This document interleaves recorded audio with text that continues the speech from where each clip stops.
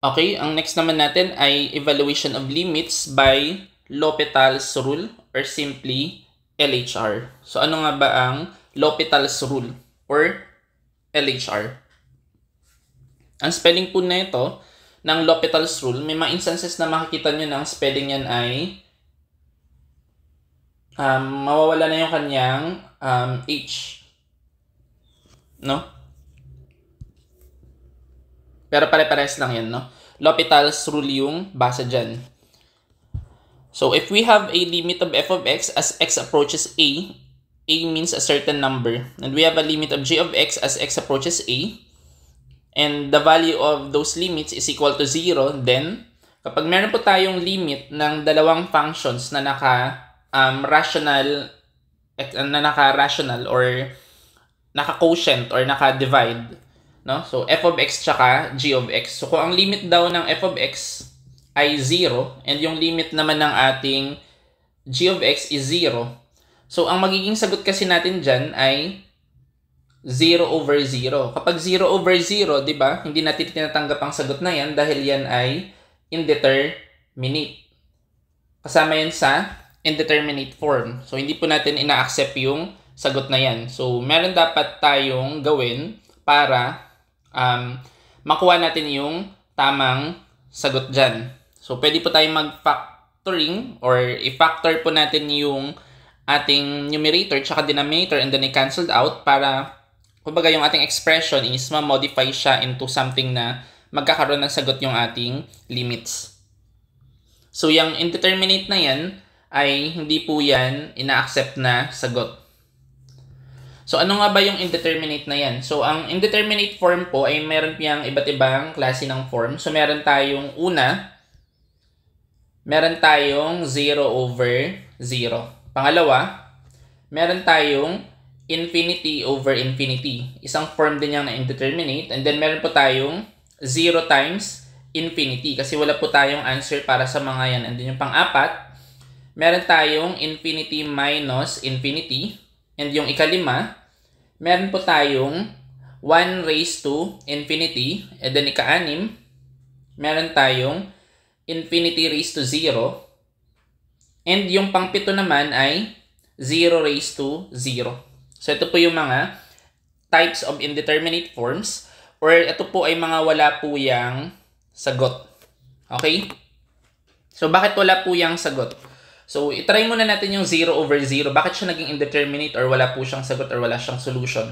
So, ang 0 over 0 ay hindi po siya pwedeng maging 0. So, hindi po yan equal sa 0. Wala po yang solution. So, bakit wala po siyang solution? So, mag-try tayo ng iba't ibang example, no? So, let's say for example, 0 over 1, ang sagot po natin dyan ay 0. So, kapag sinabi naman natin na 0 over 2, anong sagot natin dyan? Yan ay equal sa 0, di ba? So, ngayon, ang gagawin natin dyan, kung ang 0 natin, kasi ang sagot natin talaga dyan, 0, di ba? So, 0 over 1 is 0. 0 times 1, ang sagot ay 0. Kumbaga parang ano lang yan eh, 4 over 2, ang sagot ay 2. 2 times 2, ang sagot ay 4. Pwede siyang ma-reverse. So, bakit ang 0 over 0 is naging indeterminate? So, ito po yung isang reason yan, no?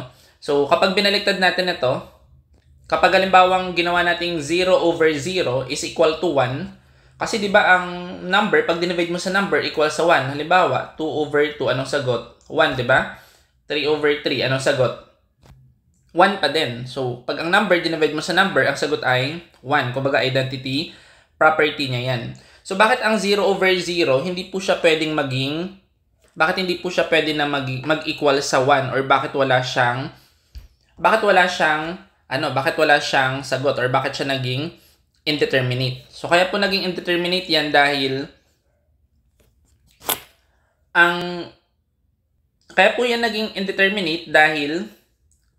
po sa ganitong kadahilanan, ano. So sa case na to, 'di ba ang 0 over 1 is equal to 0. So, kapag ginawa natin yung 0 over 0, binaliktad natin siya, yung 0 nilagay sa baba, yung 1 nilagay sa taas, maging 0 over 1 is equal to 1. Ito naman sa kabila, 0 over 0, magiging 2 kapag binaba natin siya, yung 2 inangat natin. So, ang 0 over 0 is equal to 1, 0 over 0 is equal to 2. So, parang ang ibig bang sabihin yan, ang 1 ay equal kay 2.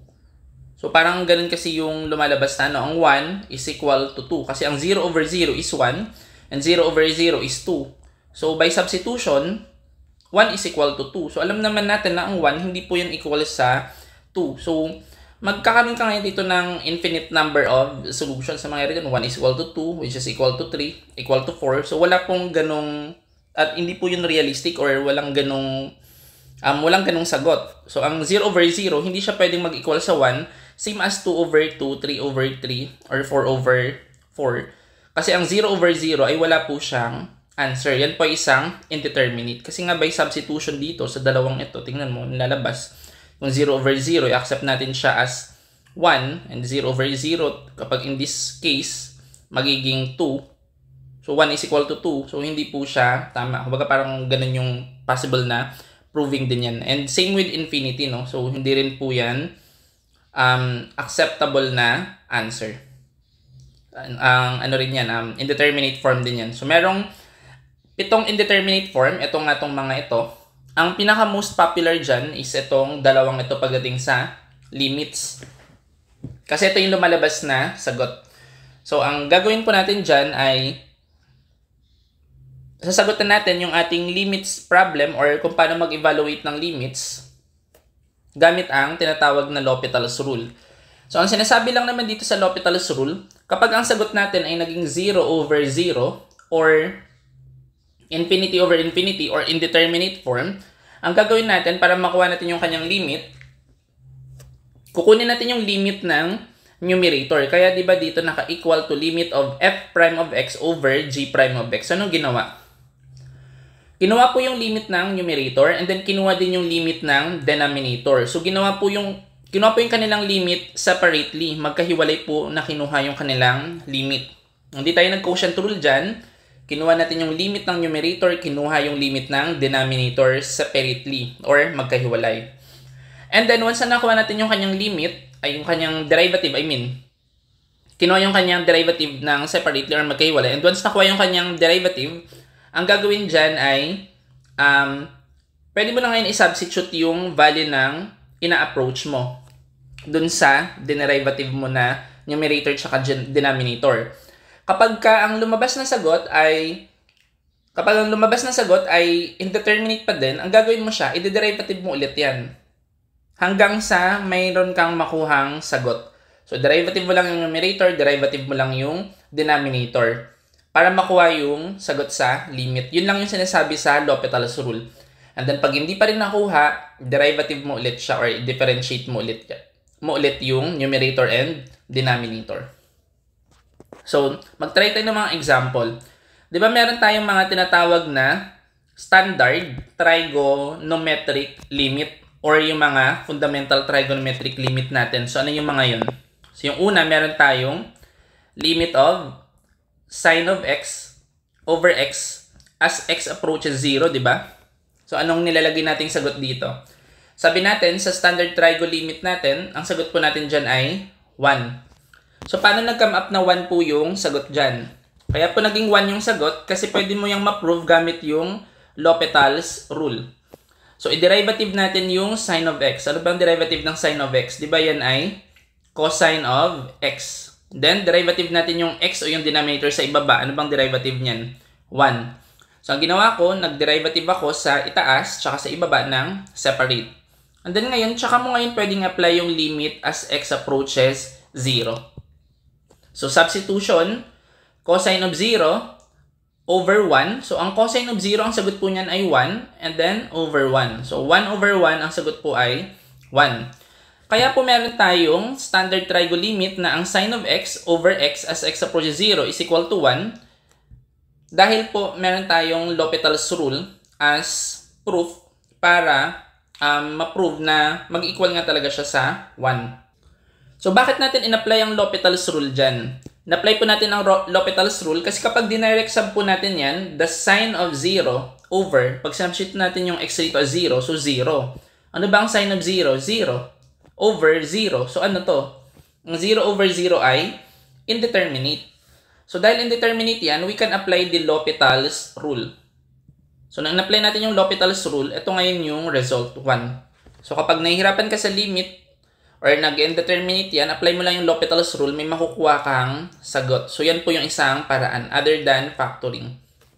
So ano pa yung pangalawang standard trigo limit natin? Meron pa tayong iba pang trigo limit. So ano yun? Ang pangalawa na trigo limit natin is for number 2, meron tayong limit of 1 minus cosine of x over x. Ang sagot natin dyan, di ba, ay 0. So, ito po ay isang indeterminate form din as x approaches 0. Kasi 1 minus cosine of 0 over 0 is equal to 1 minus, ang cosine of 0 ay 1 over 0. So, 1 minus 1 is 0 over 0. So, the answer is an indeterminate form. So, dahil indeterminate form ito, pwede nating ma-apply yung L'Hopital's rule to prove kung ano talaga yung tamang sagot dyan. So, ano ba yung derivative ng 1 minus cosine of x? So, derivative ng 1 ay 0. So, paano yung cosine of x? Copy yung minus. Derivative ng cosine of x ay negative sine of x. Ano naman derivative ng x na nasa denominator? 1. So, what is the limit as x approaches 0? So, 0 minus sine of x magiging positive sine of x over 1.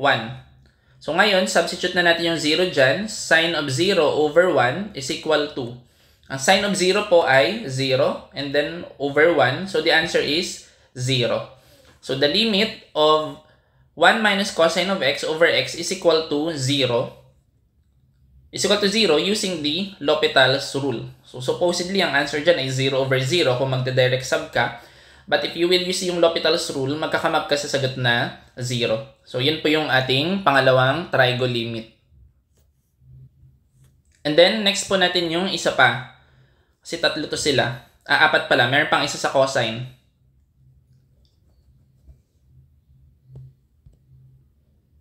Meron pang isa sa cosine. So, yun ay naka-x squared naman siya. Okay, meron pang isa yan. Yung sa cosine nga. Ito. Number 3. The limit of 1 minus cosine of x over x squared. As x approaches 0. Kung magda-direct sub tayo dyan, 1 minus cosine of 0 over 0 squared, di ba? So, 1 minus, ang cosine of 0 ay 1 over 0. 0 squared is 0. So, 1 minus 1 is 0. 0 over 0 is indeterminate ulit. So, 0 over 0 is indeterminate ulit. So, itong expression na to is basically an indeterminate form. Kaya, pwede natin apply dyan yung L'Hopital's rule para mahanap yung tamang sagot. So, gagawin lang natin, ipoprove natin siya na, di ba ang sagot natin dito sa 1 minus cosine of x over x squared ay 1/2. Sabi sa trigo limit natin, ano? So, 1/2 yung sagot natin dyan, di ba? Ito yung sinabi kong kabisaduhin nyo. So, apply natin yung L'Hopital's rule to prove that. So, yung 1 minus cosine of x is may derivative na 0. Kasi derivative ng 1 ay 0. Minus cosine of x, negative sine of x. Ano namang derivative ng 2x? Ng x squared. Ang derivative ng x squared ay 2x. So, 0 minus sine of x. So, basically, ang sagot dyan ay positive sine of x over 2x. Diba? And then, kapag sinubstitute natin dyan yung 0, sine of 0 over 2 times 0. So, ang sagot ulit ay 0 over 0. Dahil 0 over 0 ulit yan, apply mo ulit yung L'Hopital's rule sa pangalawang beses. Hanggang sa may lumabas na tamang sagot. Kasi indeterminate ulit kapag sine of 0 over 2 times 0. So, ano naman ang derivative ng sine of x? Di ba ang derivative ng sine of x ay cosine of x? Ang derivative naman ng 2x ay 2.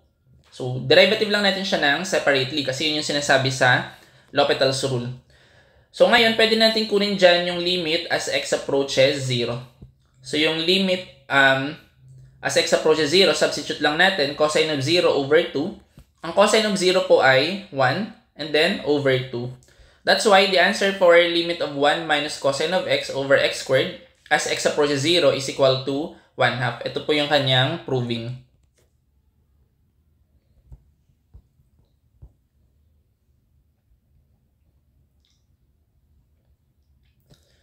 And then meron pang pang-apat yan, no, yung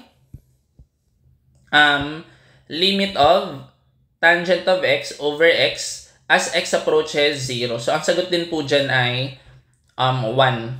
So pwede nyo siyang gamitan ng L'Hopital's rule para ma-prove po natin na magkakamap talaga siya sa 1 yung sagot dyan. So paano yan?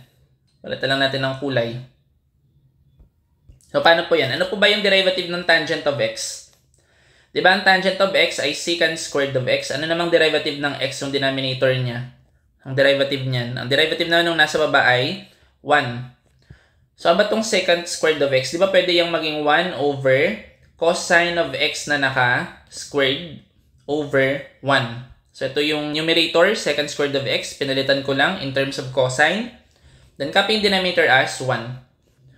So ngayon, pwede natin kunin yung limit dyan. Substitute natin yung 0. 1 over cosine of 0 squared over 1.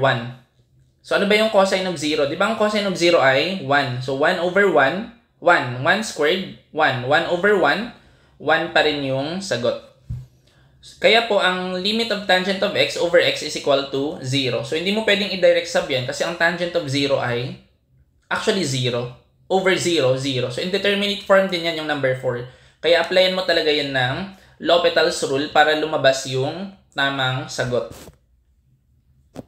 Okay, so yun lang naman po yung L'Hopital's rule. I-derivative mo lang yung numerator and then i-derivative mo din yung denominator ng magkahiwalay. And then, kapag sinubstitute mo ulit yung value, ang lumabas ay 0 over 0 or indeterminate pa rin. Ang gagawin mo dyan, derivative mo ulit siya ng magkahiwalay hanggang sa may lumabas na tamang sagot.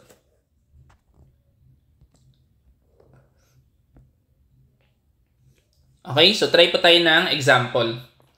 For example number 1, meron tayong limit of e raised to 2x minus cosine of x all over x as x approaches 0. So try nating mag-substitute, no? Let's say for example, di pa natin alam na maging determinate yan. So try natin yung substitution muna. So e raised to 2 times 0 minus cosine of 0 over 0.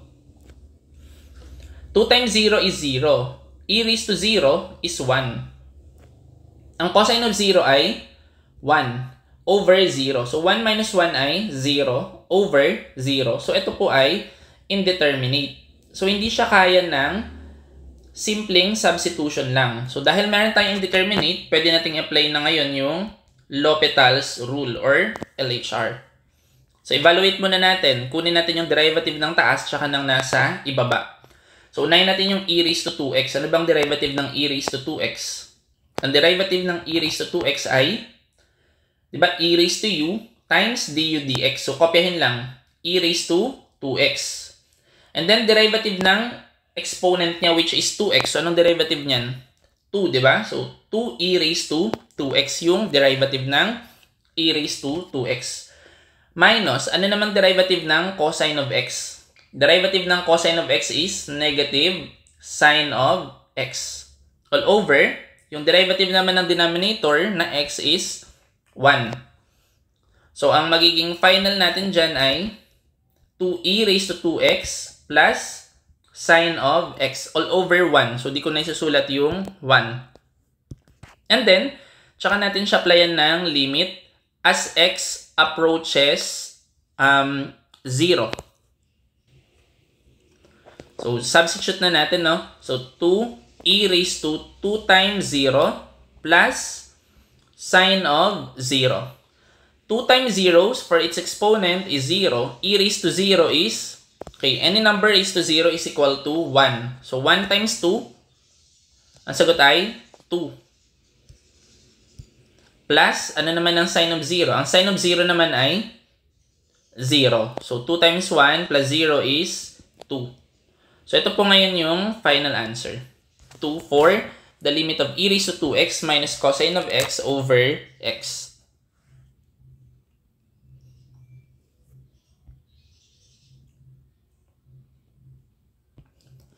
Next is number 13.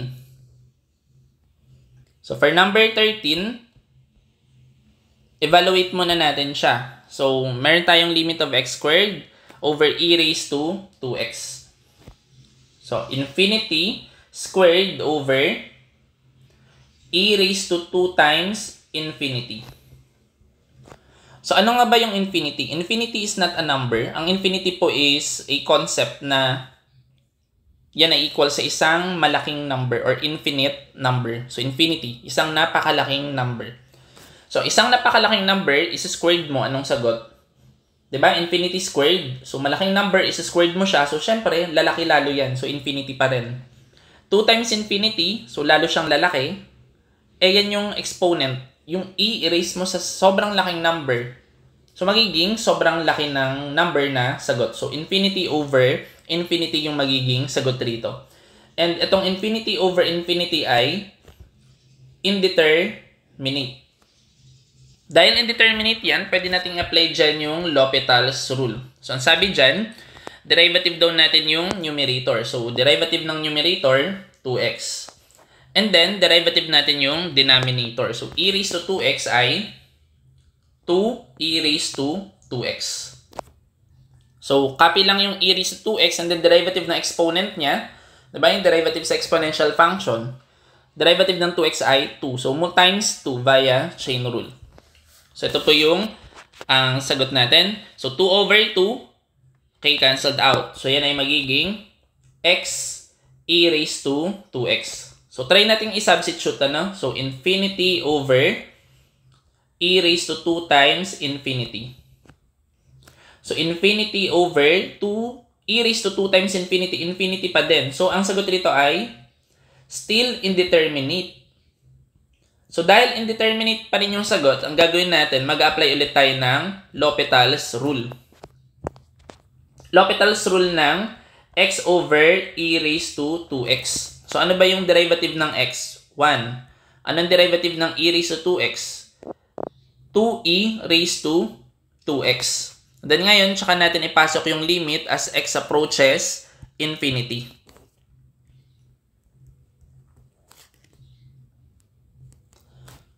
Okay, so 1 over 2 times e raised to 2 times infinity. So, ano yung sagot? 1 over 2 times infinity, infinity, e raised to infinity, infinity, times 2, infinity pa rin. So, 1 over infinity. So, ano po yung sagot natin dito? Ang sagot po natin dito, kapag 1 over infinity is equal to 0. So, bakit po siya 0? Kaya po siya 0 dahil, so, di ba meron tayong constant na 1? Hatiin natin siya sa infinity. Ang infinity ay sobrang laking numero. So, 1, divide mo sa sobrang laking number. Ang answer po niyan ay sobrang liit na halos wala na, which is basically equivalent to 0. So, yung isang analogy niyan, halimbawa, meron kang isang tinapay. Yung isang tinapay na yun, or let's say for example, isang pirasong pandesal. Paghahatian ngayon yan ng napakaraming tao, let's say for example, 8.2 billion people, ano? So, ilan yung matitira sa pandesal mo? So, basically, wala. Kasi paghatian siya ng sobrang daming tao. Eh, what more pa yung infinity na endless number nga yan, or na sobrang laking number. So, basically, 0. That's why the answer for the limit of x squared over e raised to 2x as x approaches infinity is 0 using the L'Hopital's rule. Kaya pag may nakita kayong indeterminate na sagot, so huwag kayong matakot kasi madali lang po yung sagutan.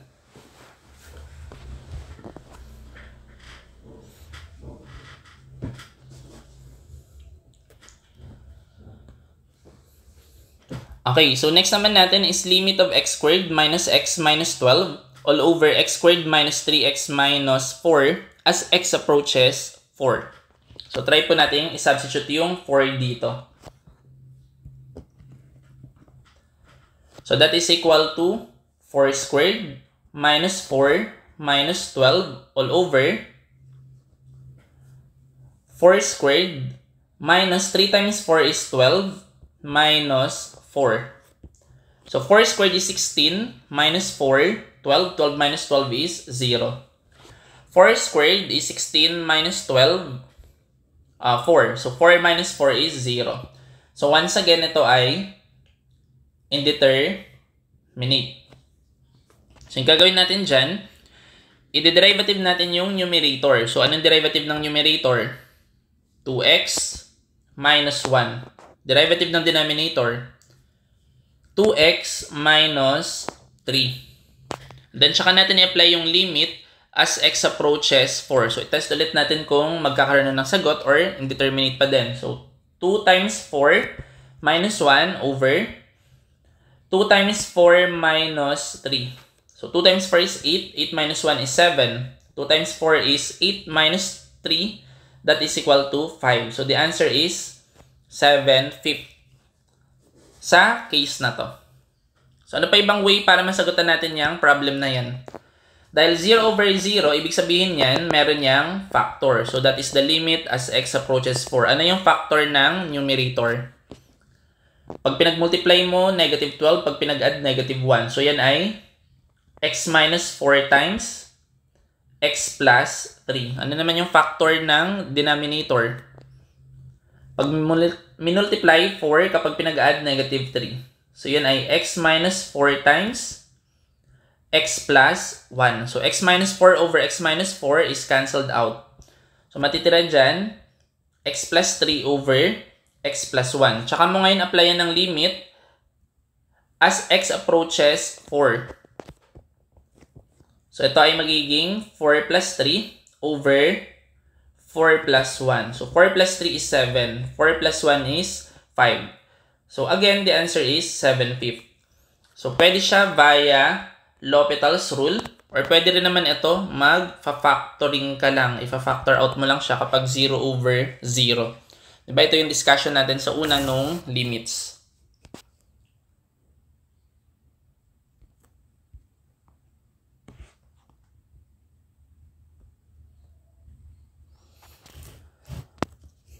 Okay, next naman number 14. For number 14, we have limit of ln of x over x as x approaches infinity. So, try natin siyang i-substitute. So, kapag ka ln of infinity over infinity. So, ano ba yung ln of infinity? Let's say, for example, ln of infinity is equal to a certain number, which is ln of infinity, let's say for example, that is equal to y, ano? So ngayon, yung y na yan, pwede natin yung gawing exponential. Di ba ang ln of infinity, pwede natin siyang i-write as logarithm of infinity with the base e is equal to y. So that is, e raised to y is equal to infinity. Ito yung maging exponential niya. So ano yung dapat na value ng y para maging infinity yung sagot? So, para maging infinity yung sagot, ang y natin is dapat equal siya sa infinity. So, dapat e raised to, kumbaga mangyayari dyan ay e raised to infinity. Ang magiging sagot mo ay infinity. Kasi ang e, kapag ni-raise mo sa sobrang laking number, syempre ang sagot niyan ay sobrang laking number. So, therefore, ano yung ln of infinity? Ang ln of infinity is equal to y. So, ano ba yung sabi ko kaninang ba dapat maging value ng y mo? Dapat maging value ng y mo ay infinity. So, malamang sa malamang, infinity. So, y is equal to infinity. So, ln of infinity is infinity. Kasi nga, ang ln of infinity natin dito is inequate natin siya sa variable y. Over infinity. So, over infinity, ito ay indeterminate ulit. So, yung gagawin natin dyan, apply natin yung L'Hopital's rule. So, ano ba yung derivative ng ln of x? Diba derivative niyan ay 1 over x all over. Ano naman derivative ng x? That is equal to 1. So, yung sagot natin dyan ay 1 over x over 1 is simply 1 over x. Ngayon, tsaka mo kunin ang limit as x approaches infinity. So, yan ay 1 over infinity by substitution. So, ano ba yung 1 over infinity? So, isang number, hatiin mo sa napakarami, or 1, hatiin mo sa napakarami, that is equal to 0. Almost negligible. So, kagaya ng analogy ko kanina, isang tinapay, hinati ng napakaraming tao. So, halos wala nang matitira. So, that is the answer.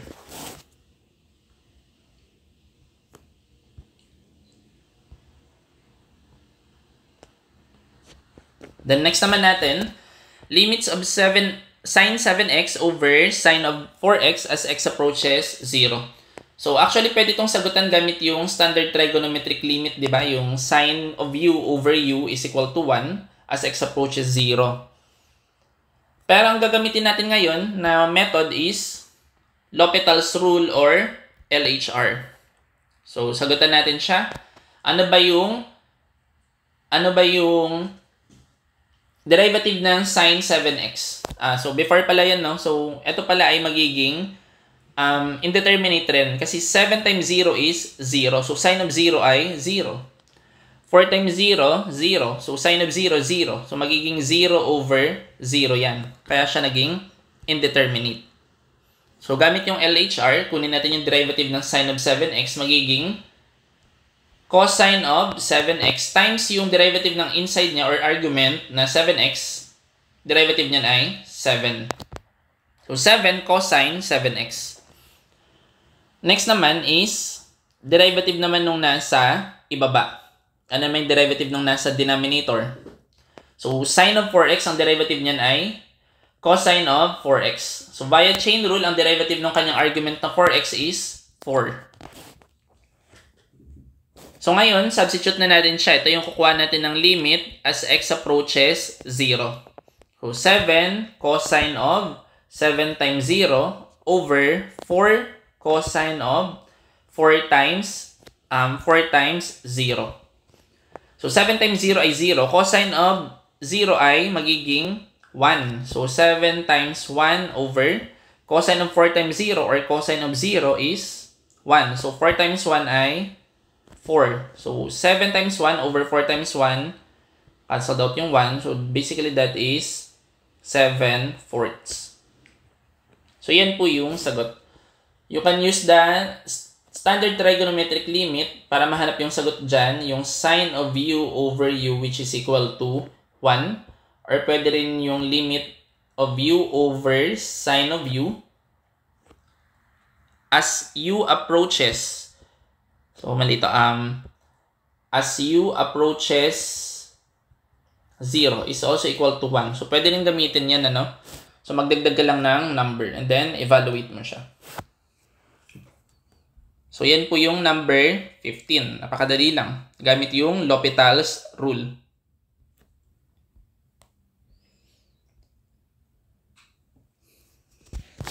Next naman is number 16. So, meron tayong limit of x raised to 1 over x as x approaches infinity. Hinahanap natin dito, di ba, yung kanyang limit. So, equal natin siya sa variable L. So, yung variable L na yan is yung sagot. Ito yung kanyang limit. Capital letter L. So, ito mahirap tong sagutan kapag hindi natin siya gagamitan ng ibang method. So, magiging ulit ito? L'Hopital's rule. So, para masagutan natin yan, ang gagawin natin dyan, ipasok natin silang dalawa sa loob ng ln. So, ln of L is equal to, di ba ang limit of x raised to 1 over x as x approaches infinity, so substitute mo lang naman yung infinity dyan. So, basically, ang sagot rito sa part na to ay substitution. So, pag pinasok natin to sa ln, yung function lang ipapasok mo sa ln. So, magiging ln of x raised to 1 over x. And then, using yung property ng logarithm, so magiging 1 over x, ln of x yan. Property ng logarithm, yung exponent, pwede siyang itabi. Is equal to ln of L. So, meron na tayo ngayong 1 over x times ln of x. Basically, yan ay ln of x times 1. Diba? ln of x over x. Which is equal to ln of L. Ito po yung limit as x approaches infinity. So, yung gagawin natin, itong part na to, Etong part na to, yan muna yung isosolve natin. Kuha natin siya ng limit. So, paano natin magagawa yan? So, L'Hopital's rule natin yan. So, ano ba yung derivative ng ln of x? Di ba yan ay 1 over x? Ano naman yung derivative ng x na nasa denominator? Ito. Di ba yan ay 1? So, ano yung limit of 1 over x over 1 as x approaches infinity? Basically, magiging ano na lang ito, limit of 1 over x as x approaches infinity kasi 1 naman itong nasa ilalim. So ngayon, by substitution, 1 over infinity. Anong sagot natin kanina sa 1 over infinity? Di ba yan ay 0? So therefore, itong side na to, or itong nasa loob ng circle na side na to, that is equal to 0. So 0 is equal to ln of L. So ngayon, yung ln na yan, di ba yan ay logarithm of L with the base e, which is equal to 0. Kapag kinonvert natin sa exponent yan, or exponential, magiging e raised to 0 is equal to L. So ano ba yung sagot sa e raised to 0? E is a constant. So a number na naka-raise sa 0, that is equal to 1. So yung sagot ng L natin is 1. So ngayon na-prove na natin ng L is equal to 1. Ano ba yung L na yan? Di ba yung L na yan, yan yung sinet natin kanina na limit ng, yan yung limit ng x. Ito yung nilagay natin kanina na limit ng x raised to 1 over x as x approaches infinity is equal to L, di ba? Kumbaga ito yung sagot nitong expression na to. Ito naman talagang tinatanong. So ano yung limit niyan? L, di ba? So therefore, ang sagot natin dyan ay 1. Kasi sinit natin na yung sagot nga rito is equal to variable L. So, itong method na to guys, na gumagamit ng natural logarithm sa pagganap ng limit, maganda itong gamitin kapag may mga naka-raise na number. Kagaya yan, x raised to 1 over x. Hinahanap yung kanyang limit. Basta may naka-raise na number and then parang mahirap siyang sagutan, hindi naman siya naka-fraction yung mismong base. Yung naka-raise, yung fraction is yung mismong exponent or may naka-raise yung kanyang base, no? Kapag ganito, ang magandang gamitin talaga dyan is yung ln. So, mag-set ka lang ng variable. Sa case na to, L ginamit ko. So, pwede mo rin yang gamitin para mahanap yung limit. So, ito maganda tong technique na ito.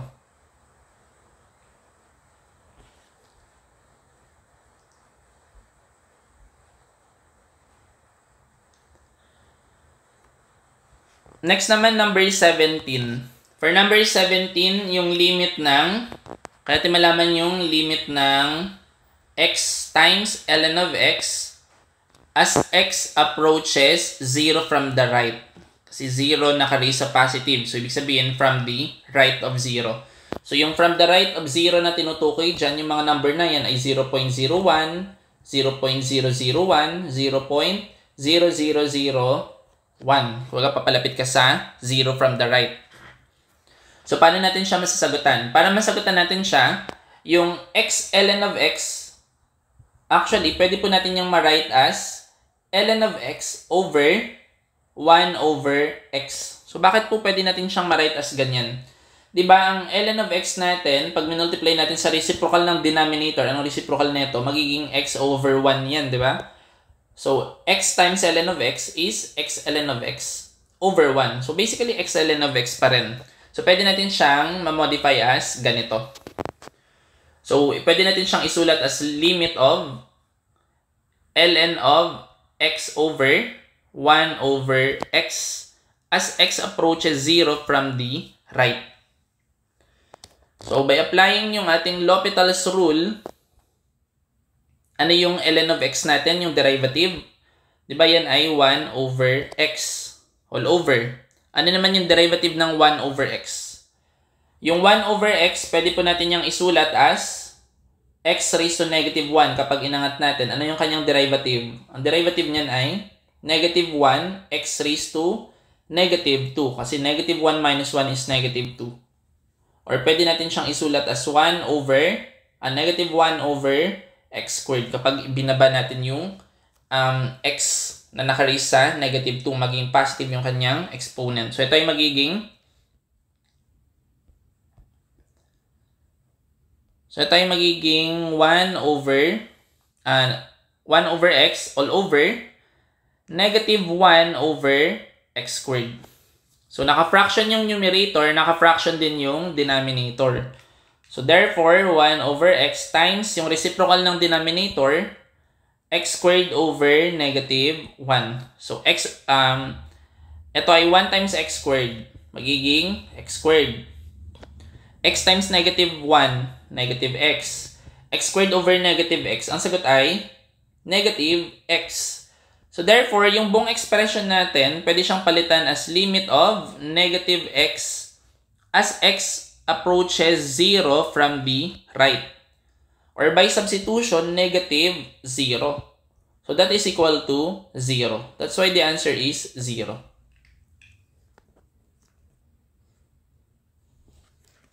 Okay, let's proceed sa kasunod.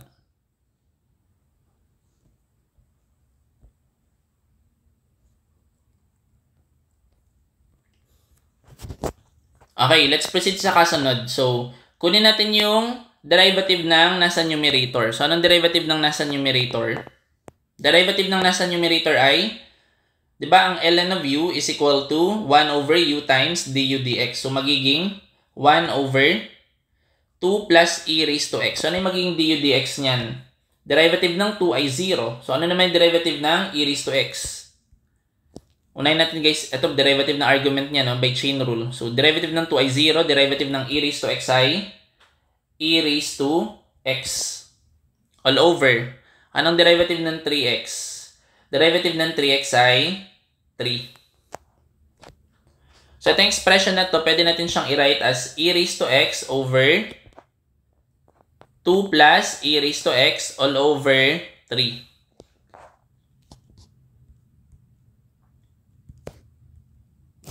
And then, since itong denominator natin ay naka-over 1 yan, kasi 3 yung baba natin, ito yung numerator, ito yung denominator. Dinagdagan ko lang ng 1. So, pwede yung maging e raised to x over 2 plus e raised to x times 1 over 3. So, numerator times numerator, e raised to x. Denominator times denominator, magiging 6 plus 3 e raised to x. Ngayon, kapag sinubstitute natin yung infinity dyan, okay, e raised to infinity over 6 plus 3 raised to e raised to infinity. Ano tong e raised to infinity natin? Oh, infinity pa rin yan. E raised to infinity, infinity times 3 infinity plus 6. O, infinity pa rin. Therefore, indeterminate yan. Dahil indeterminate yan, i-derivative ulit natin yung e raised to x over 6 plus 3 e raised to x. Anong derivative ng e raised to x? E raised to x pa rin. Ano naman derivative ng 6 plus 3 e raised to x? Ang derivative ng 6 ay 0. Ay paano yung derivative ng 3 e raised to x? Okay, 3 e raised to x pa din. E raised to x over e raised to x cancelled out. Matitira dyan 1. So therefore, ito ay magiging 1/3. So ang final answer natin ay 1/3 para sa limit ng ln of 2 plus e raised to x over 3x as x approaches infinity. So, napakadali lang, ano? So, hanggat magiging indeterminate yung sagot, mag-derivative ka lang sa numerator tsaka ng denominator ng separate.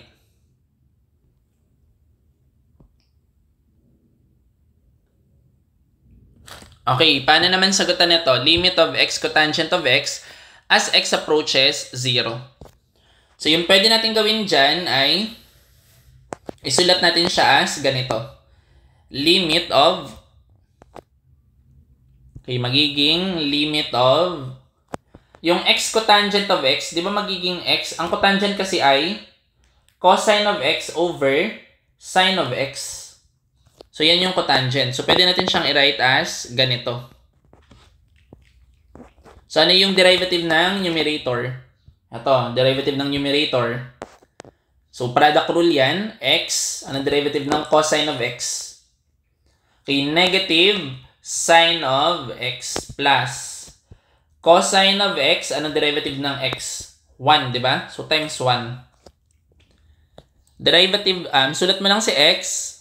Then derivative ng katabi, negative sine of x, plus, sulat mo naman si cosine of x, derivative ng unahan niya na x, which is 1. All over, ano namang derivative ng sine of x? Ang derivative ng sine of x ay cosine of x. Ngayon, dito natin kukunin yung limit as x approaches 0. So, magiging negative 0 sine of 0 plus cosine of 0 times 1. Di ko na isusulat kasi ano pa rin yan. Identity property, hindi na magbabago. Times ay all over cosine of 0. 0 times sine of 0. Ang sine of 0 ay 0. Times 0. 0 times negative 0. So, ito ay magiging 0 yung first term. O, paano naman yung cosine of 0? Ang cosine of 0 ay 1. So, plus 1 over. Ang cosine of 0 sa denominator ay 1. So, 1 over 1, the answer is 1. So, this is the final answer. Okay, so ano pa yung ibang way para masagutan nito? May alternate dyan, ano? Pwede natin gamitin yung standard trigonometric limit or yung fundamental trigonometric limit natin. So, di ba meron tayong expression na x, cosine of x over sine of x. So, limit niyan as x approaches 0. So, ito, pwede natin pag-iwalayin yan. Pag-iwalayin natin siya as limit of x over sine of x as x approaches 0 multiplied by, kasi naka-multiply ito. So, itong part na to, naka-multiply siya sa cosine of x times limit of cosine of x as x approaches 0. So, ano yung sagot dito sa unahan? Yung unang term, ang sagot dyan ay 1 times. Ano tong cosine of 0? Kasi substitute natin yung 0 sa x. So, magiging cosine of 0 yan. So, ano yung magiging sagot? Cosine of 0 is 1. So, 1 times 1, ang sagot pa rin ay 1. So, ayan po yung pwedeng gawin. Pwede siyang standard trigo limit gagamitin or pwede rin naman na L'Hopital's rule. Marami pong paraan. Okay, so next tayo. Okay, so I think last na to, no? Last ng example. So ito po yung application ng derivatives sa paghahanap din ng limit. So thank you for listening.